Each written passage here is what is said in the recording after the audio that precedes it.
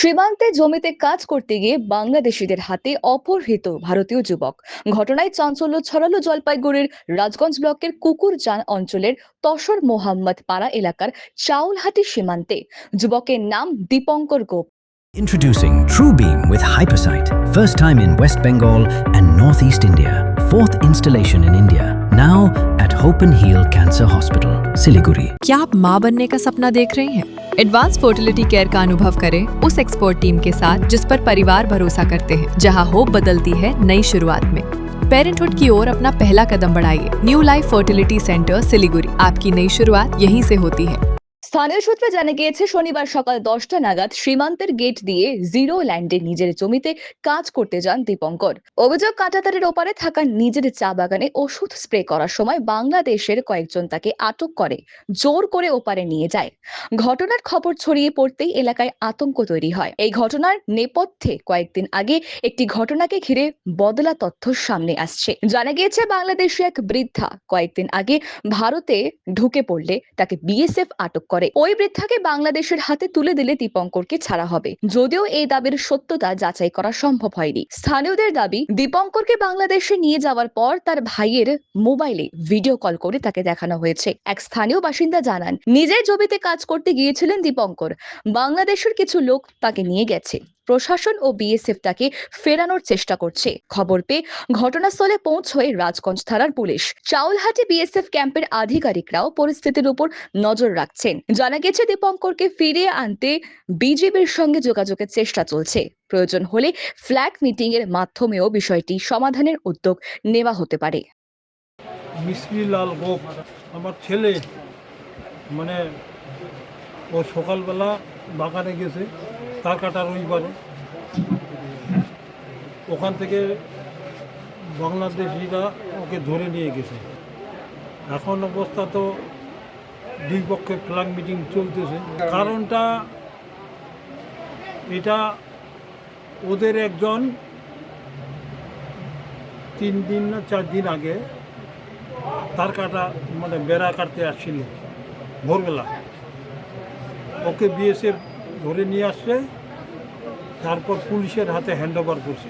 এখন হয়তো ওই ইস্যুতে ওরা যে একই গ্রামের তো, মানে ওই যে গ্রামে আমার ছেলেকে নিয়ে গেছে ওই গ্রামের লোক, যে আমার লোককে ফেরত পাওয়ার একটাই বুদ্ধি, ভারত থেকে আরেকজন লোককে নিয়ে আসি, সেটাই। ওইটা হলো পঞ্চগড়, গ্রামের নাম বিরাজত। ওকে ধস্তাধস্তি করে নিয়ে গেছে। ওর কাপড় চোপড় নাই, এখন ওরা কাপড় চোপড় দিছে। জানলে আরও লোক আছে তো, দূরে ছিল ওরা, ওরা দেখছে। তারপর আমার ভাইটা খবর নিছে, আমার ছেলে খবর নিছে, তারপর জানতে পারলাম যে ওকে ধরে নিয়ে গেছে। ওরা এই 20 জনের মতো, 15-20 জনের মতো। মোবাইলেও ওকে দেখছি, ওকে একটা চেয়ারে বসায় রাখছে। তারপর কাপড়, যেগুলো কাপড় ও পরে গেছে এগুলো কাপড় নাই। আমার ছেলেকে আমি ফেরত চাচ্ছি। बीएसएफ बोलছে आपको लड़का रिटर्न आने से आप जितना खुश नहीं होगा वो से ज़्यादा खुश हम होगा। আমি বাবা, আমার স্ত্রী নাই, তার আমার বৌমা আছে, আর তার 2টা ছেলে আছে, ছেলে 2টা। শঙ্কর গোপ, বয়স 34, নিজস্ব চা বাগান। ওখানে আমার 6 বিঘা আছে, কাটাতারের ওই ঘরে। হ্যাঁ, ওর কাগজপত্র এখনও ওই বিএসএফের যেটা ডিউটি রুম ওখানে আছে, এখনও আছে। আমাদের কুকুরজান অঞ্চলে তোসরপাড়া বুথের এখানের স্থানীয় যে লোক আছে, তার বাবার নাম হলো মিস্টার গোপ, ওর ছেলে দীপঙ্কর গোপ।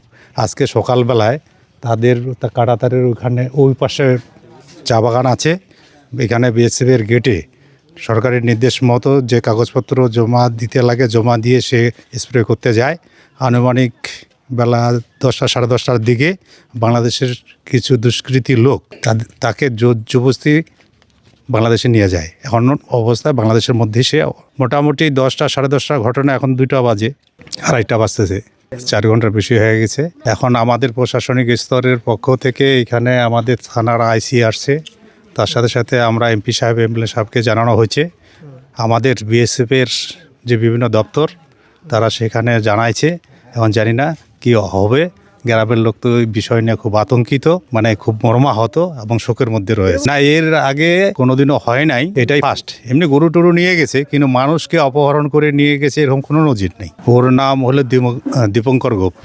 চা বাগান আছে, আজকে স্প্রে করতে গেছে।